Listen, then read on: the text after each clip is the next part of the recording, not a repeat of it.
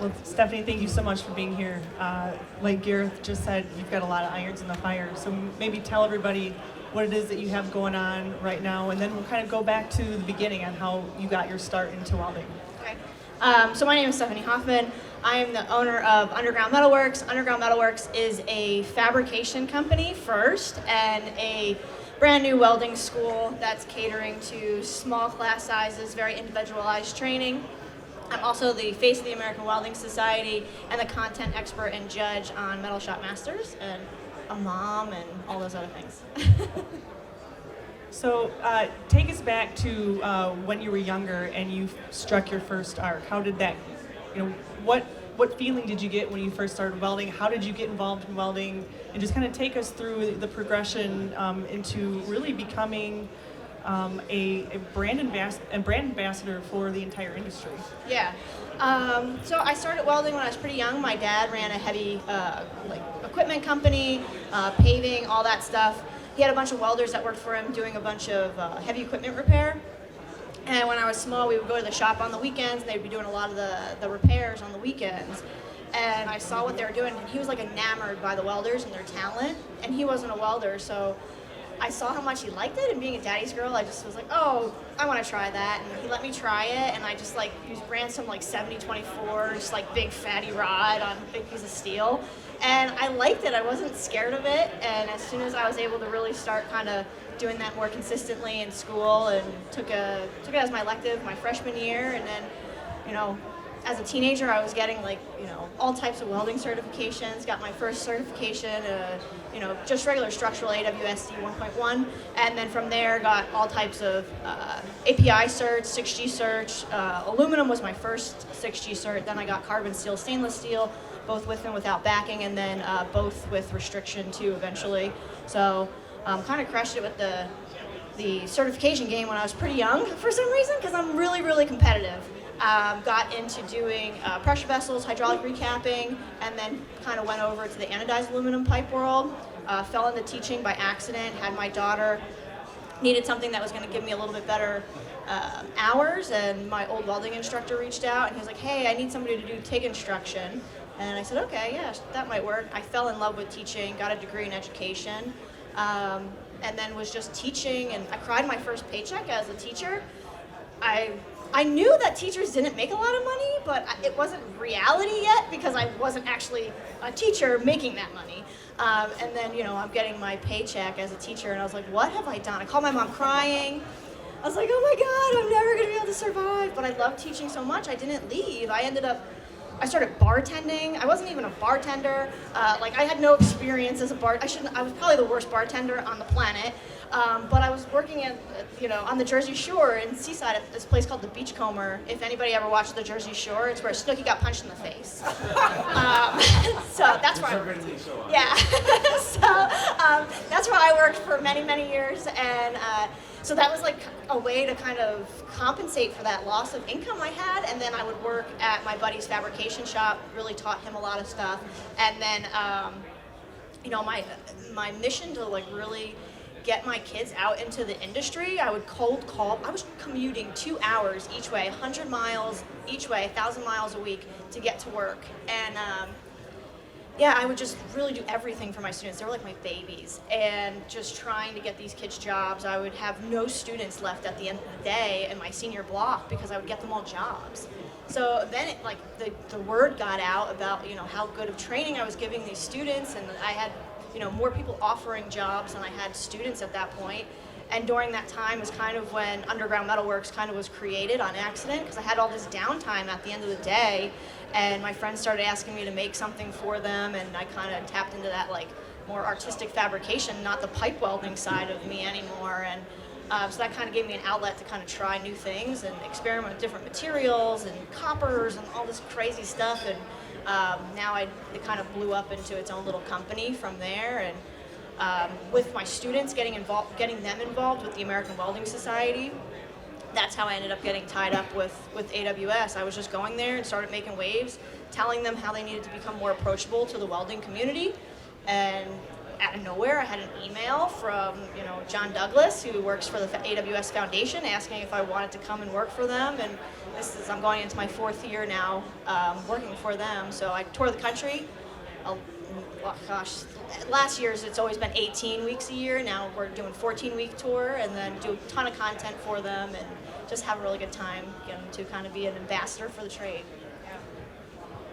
What are you seeing when you're out touring these shops and meeting people? What are you seeing and what are you hearing? Yeah. So it's really interesting. So coming from, I have an instructor's background, and I have, a trained welding professional background in the pipe industry. And, I get to go all across the country. And one thing I see and notice is how education is taught all the way across the country. It's, very blanketed instruction. It's one size fits all. A lot of instructors, nothing against these instructors, it's like they lose touch with what the industry demands are and changing technologies, and it's not their fault. It's the budgets aren't there to come out with new technologies, try new wires, just things that these industries are doing, and these students don't have the knowledge or the skill set to meet these new industry standards, right? And then, for instance, I tell the people that are coming in all the time that want to get into the structural industry, everybody still thinks it's stick welding. Stick welding is not going to be what everybody thinks it's going to be in just a few years from now. The metal core and dual shield wires that are out there now, deposition rates are faster.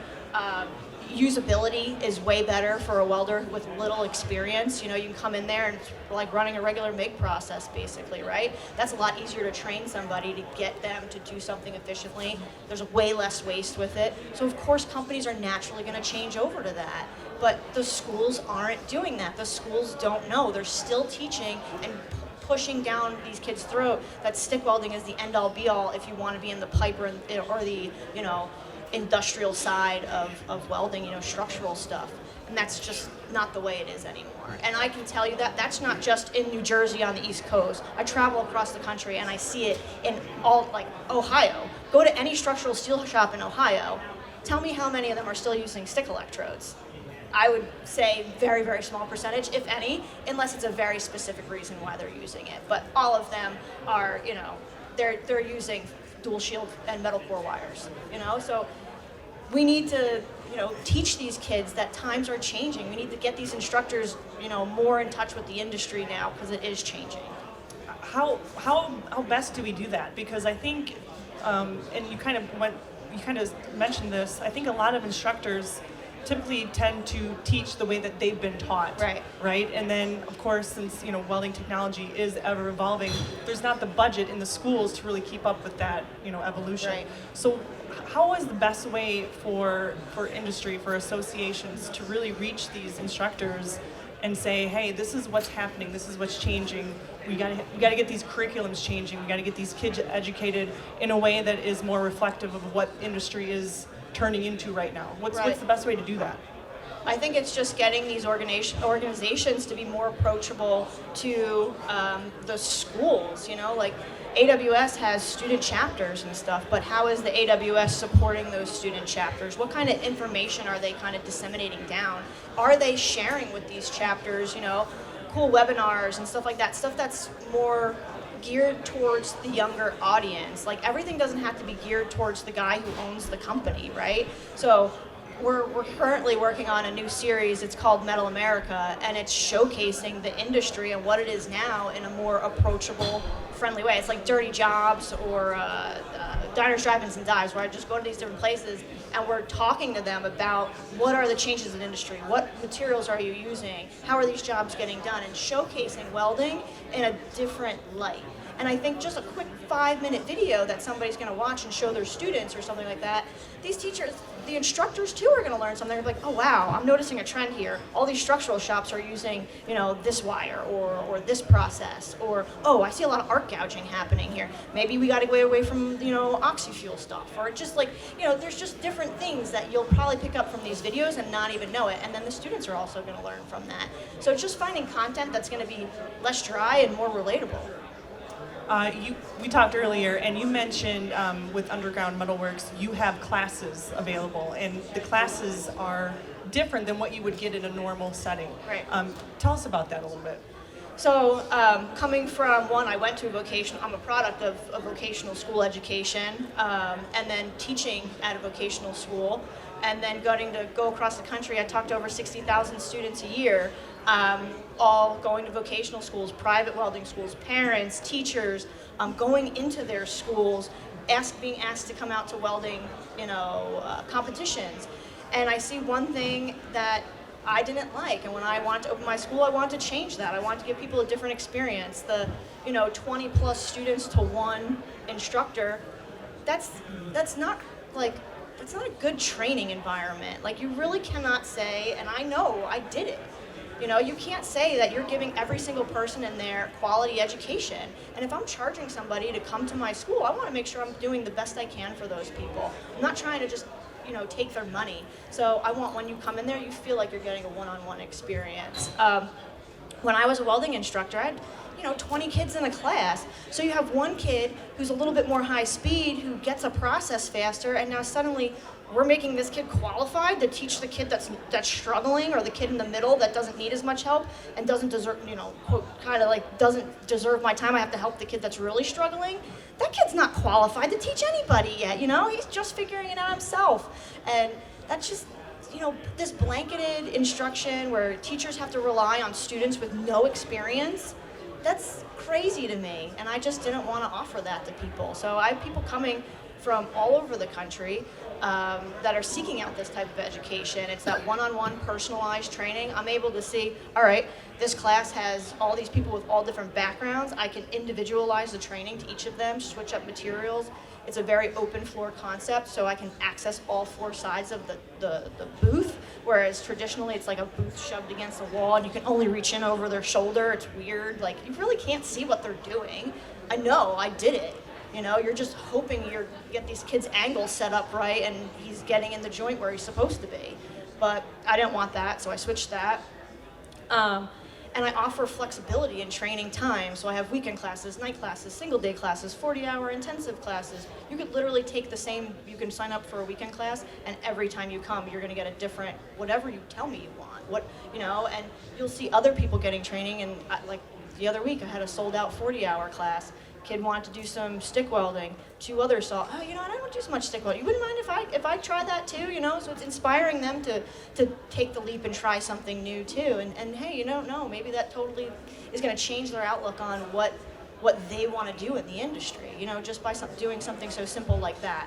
So I don't want people to spend $24,000 to $30,000 to take a pipe course for 8 months and halfway through find out, this industry is not for me. I can't tell you how many kids go to these schools and they don't get into the industry that they went to school for. But I certainly don't want to be out that kind of money. At least now I'm offering something that people can, try it out, take a weekend, take a day. If you like it, awesome, take more classes. If you don't, then hey, at least you didn't spend $30,000 to find that out. I know parents have been really appreciative of that too. But I have kids at 13-year-old coming in with their dad. And it's incredible, the diversity, and welding now is more accessible to people than ever before. When I started, you had to know somebody with a welder, and it was normally because you were giving them something to take to their work so that they could do it, because you had these massive machines that cost $7,000, $15,000, $20,000, especially if you needed like an aluminum part. Imagine 15 years ago affording an AC welder in your house. No, people didn't do that. You didn't have an AC TIG welder sitting in your house unless you were doing, you were a full-blown business. Now, you could go to Harbor Freight and buy a TIG welder for $1,000. You can get an AC TIG multi-process machine for $2,000 on the internet. It's so much more accessible now than ever before. So that means there's a need for people to want to try and get into welding from a hobby standpoint, not just a career, because they want to fix their own car parts. They want to do art. They want to, teach their son how to build a roll cage for his race car. There's so many reasons why people want to get into welding. So I think having a spot for them to go and not have to be, all into a 6-month course is pretty cool. So. And the experience walking into your facility is quite unique. Yeah.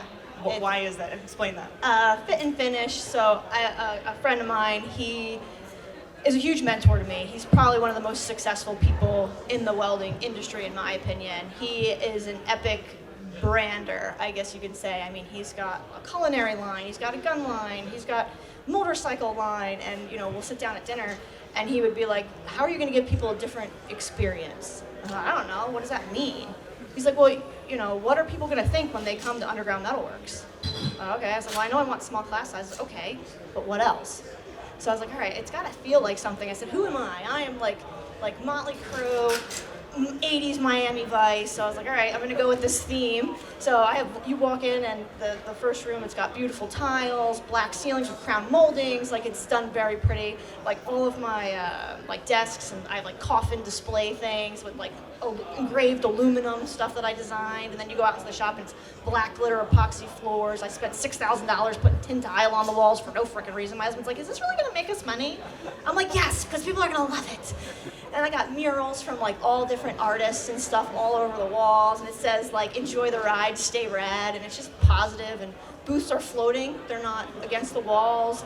All of the electric and gas and air, it's all ran through the floors individually to each of the welding stations, and it's a facility like you've never seen before, and I think it's inviting, and it allows people to want to come in and experience it and be a part of it, and it takes that intimidation factor of being in this like dirty, dungeness shop. My shop is very free. I mop. How many people mop their floors? I mop my floors like 3 times a week. Like, I make sure that when people come in there, they're like, "Damn, this place is nice," and I want to continue to give that to people. So I want to switch gears for a second. You were a co-host on Netflix's Metal Shop Masters show, which debuted, I think, last September, correct? Right. Talk about your experiences there, and then, how does a show like that help in elevating the profile of metal fabrication? Right. I'm not gonna lie, I felt kind of out of my element on that show. I'm not a metal artist. That show was very focused around metal art. I tried to give everything I could towards the fabrication standpoint, the very, cut and dry, what processes they use, what techniques, was this the best fit up? Could they have challenged themselves more? Was it challenging versus, taking the easy way out? So that was kind of my standpoint on why I was there, but it was super intimidating standing next to people like, David Madero, and you have these incredible metal artists like, Ray Ripple and Leah and, Lou's like a genius with machinery, and it's just incredible stuff. So, I was a little intimidated, honestly, standing next to some of those people, because I'm just a content nerd, I just do welding. I'm just a freaking welder, I don't look at myself and go, "Oh, I'm an artist." So it was an amazing experience. I made lifelong friends. I think it showcased welding in a different light, that it doesn't have to be, in a shipyard, climbing steel, in boilers, working at a chemical plant. Like, that doesn't have to be the image of welding. The image of welding is a lot of things, and it's not just that, So I think that it kind of opened people's eyes to take, there were such different backgrounds of everybody on that show. So I think that was really awesome, the way they highlighted that. So I think it was a positive thing for the welding industry. I think a lot more people might have been motivated to get into it, but for the fabrication industry, specifically, I'm not sure, there was a lot of fabrication involved, but I think, me as a traditional fabricator, it was definitely more on the artistic side. So some fabricators, they might not look at that and be like, "I can do that." So I don't know if it inspired them, but it definitely inspired me to want to learn new techniques and try new things. David with the oxyfuel stuff and the way he puts texture on stuff, I'm always like, "How do you do that?" He's like, "I don't know, Stephanie, I just turn the knobs." And I'm like, "I need numbers." I liked, part of what I really liked was watching the balance between the artistic and the technical, because there was definitely, a balance there, and just seeing how both of them collided. And then when there was motion involved, you have to be technical when there's motion involved. You have to be precise. So I enjoyed that part, and I also enjoyed I think it was the first episode, the show really tried to make it educational. Right. They tried to explain what these processes were. I wrote those.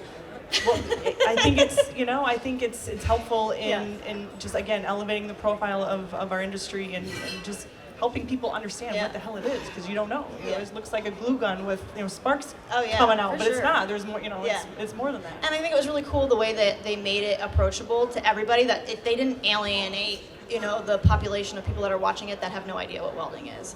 So I thought that was really cool. But yeah, I'm pretty proud of those on the lower third of the thing, I got to write these that was the hardest thing I've ever done in my entire life, is writing a like a single sentence on what like plasma cutting is or what MIG welding is. And every time I'd send them an edit, they'd be like, no, I still don't get that. What are you talking about? And I'm like, this. And they're like, I don't know. It needs to be shorter. I'm like, I can't make it any shorter. But that was really, really difficult. Like some of those, that was like 7, 8 submissions until we got it right. So I'm actually really proud of those. And I was really nervous because I was like, oh my gosh, if people in the industry see that I wrote that, and they're going to be like, oh my God, she's an idiot, But they kept making me make it shorter because I have like these paragraph long blurbs that I first wrote, and they're like, I don't have a clue what the hell you're talking about. And I'm like, I've asked this to a lot of female welders, and I want to ask you. I think the percentage of women in welding kind of hovers between 5 and 7% in the workforce. Right. What needs to happen to increase that? And I know that's a huge question. Yeah. It's more than just you need to change this and then this will happen. Yes. It's a multifaceted thing. Yeah. But from your perspective, what are some things that need to change, and what are some things that we as industry professionals and association professionals could do to help make those changes? Right. I mean, I think where the industry's gone in 20 years for me, I mean, I don't leave interviews anymore in tears, People seek me out now, which is crazy to think. Like, I was literally not accepted into my vocational school because I was a girl. I was the first girl to graduate the program. My mom had to be like, hey, I'm gonna call back tomorrow. You better have a different answer for me. So what do you mean you weren't accepted? They said, you can't, no, we don't want you, or? Yeah, basically. Like I turned in my packet, and they told us they didn't have a facility, like they didn't know how I would get changed for class, and that there was only one bathroom in the welding lab area, so they didn't know how that would work.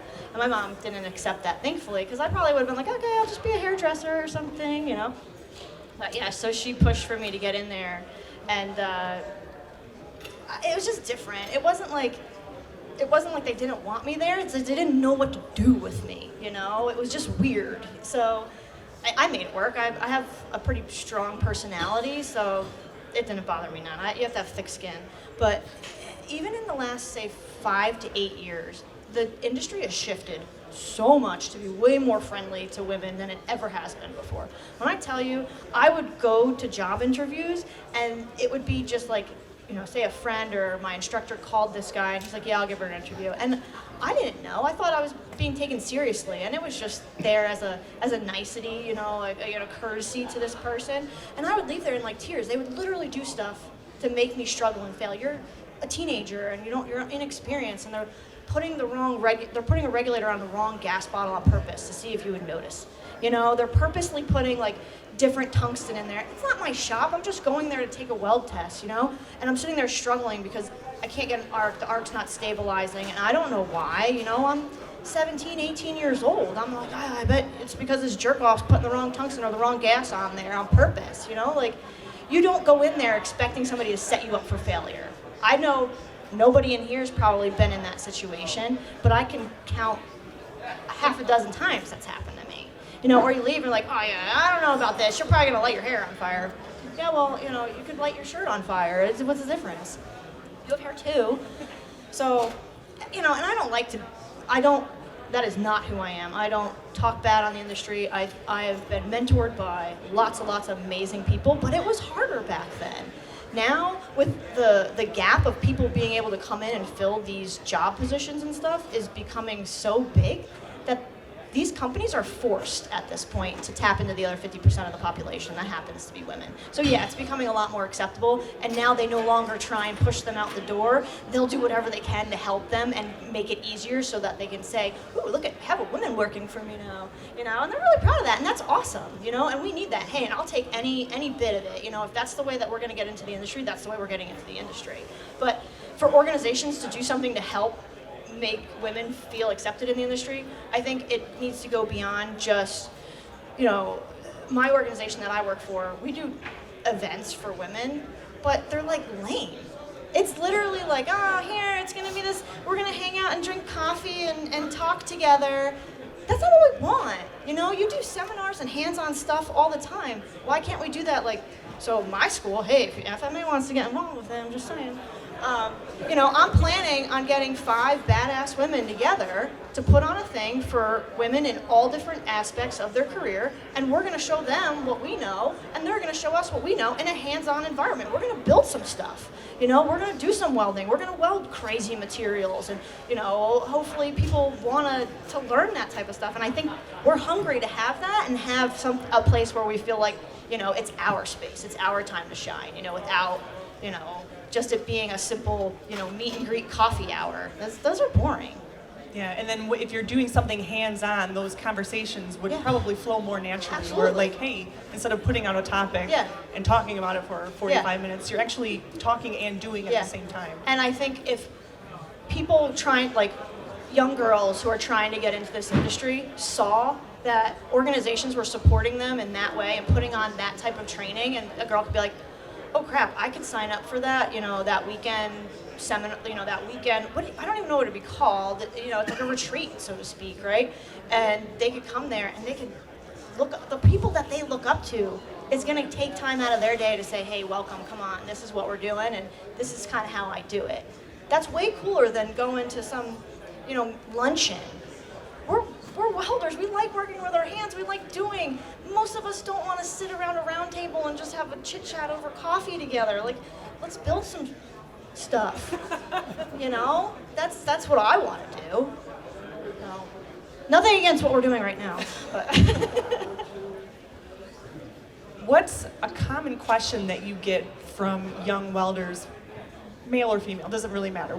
Just young welders in general, what are they asking you? What are they wanting to know? I'm sure they look at you and say, I want to be that. I want to be on a reality show. I want to be the face of an industry. How do I get there? What questions are you getting from? I get that question all the time. I get it all the time where they go, how did you get in with them? How did you get in with them? Being involved, networking, talking to people, shaking someone's hand, making eye contact with them. That's how I did it. I don't say no to opportunity. I want people to approach me and talk to me and ask me questions so I can share that. There was somebody here earlier, and I was telling him I'm giving him names of people he should reach out to and who he should talk to and stuff. That's what this stuff is all about. Networking should be everybody's top priority if they're looking to go anywhere in any industry. It doesn't matter if it's welding, manufacturing, it doesn't matter. You need to get out there and network and shake people's hands and get to know people. It's kind of a random question, but what is the most exciting thing happening in welding right now? It could be technology, it could be something people related, it could be something association related, but you're out there so much. What have you seen that has been really exciting for you? Honestly, it's been how supportive parents are over their kids taking interest in the trades again. Audrey over there, she's my office manager and everything, and the amount of parents I have calling my school saying, how old does my kid have to be to come to your school? I don't care how old he is. You sign a parent's waiver. If he's under the age of 16, I'd like a parent to be there until I get to know this kid to see that he's confident. That's scary and intimidating, and I don't want them to be by themselves. So if they're under 16, take a weekend class with them first so they get comfortable with me, they get comfortable with the equipment, and then if you want them to come by themselves, at least we have that rapport. So that's what I always tell them. But it's been crazy how many parents I have 13-year-olds coming in with their dads and kids in my night class that are 16 years old excelling in stainless steel already, crushing stainless. And now taking days off of school to come and get taught by, Joel Bushman from Overkill. His parents are so excited to have their son learn from him and they're willing to take him.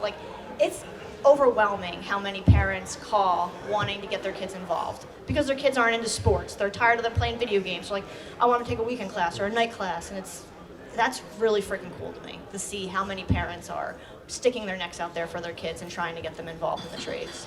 Because that's really the first step, right? Yeah, I mean, absolutely. you got to get to the kids, but you have to get to the parents. Yeah. They're the ones that are really, I think, influential on their children. Yeah. And if they're not buying into it, it's not going to happen. Yeah, for right? sure. Yeah, and and touring the country, the parents coming in and asking the question, oh yeah, my son wants to do this, and being able to tell them about scholarship opportunities and ways, that what they should be looking for at schools and what questions they should be asking, and it's just really awesome to see across the board, not just at my own school, but when I tour, how many parents are truly invested in their kids now again and accepting, the trades industries.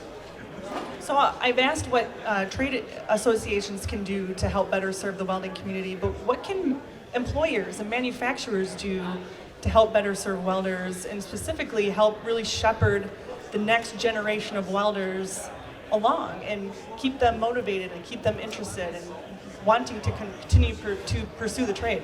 Yeah, I think it's all an image thing. So any way that companies and businesses can kind of showcase, especially on things like social media, it's huge. That's such a resource. That's where kids are. That's what they're looking at. That's what they find what they think is cool, right? TikTok and Instagram and all that stuff, right? If you're putting out content and making your industry and the places that you're wanting people to come, you're looking for employees, right? Well, make it look like a cool place to work. And you could do that for free on the internet, with a quick TikTok video, just putting it together. And it's too simple to do that stuff. And that's where you're going to engage with those younger audiences, unfortunately. To me, there's no easier answer than that. It's social media. You have to engage there with them. This is them all day. I'm guilty of it too, So. If you had to sum up your career in, a short paragraph, how would you sum it up? It's kind of a tough one. I can't even say this because I'd have to say a bad word. But I always tell people when they ask me about my career, I'm like, I pretty much stepped in a golden pile of dog turds. So I never expected this. 14-year-old me sitting in welding school wasn't like, one day I'm going to be the face of the American Welding Society. No, and I definitely didn't say, one day you're going to be on a Netflix show. No, I was just thinking, I'm just happy to weld some pipe, I'm going to be a stick welder forever. So yeah, I just kept walking and kept my head down and kept going forward, and I just kept stepping in those golden piles. So I've just been very fortunate, and like I said, I can contribute majority of my success to just networking. And it took time, because my first couple of years I was just a timid, shy welder just trying to prove everybody with just my skill set. And then I had to take the skill set, that's one thing, and then really go out there and start meeting people and shaking hands and putting myself out there. Well, thank you so much for being here, Stephanie.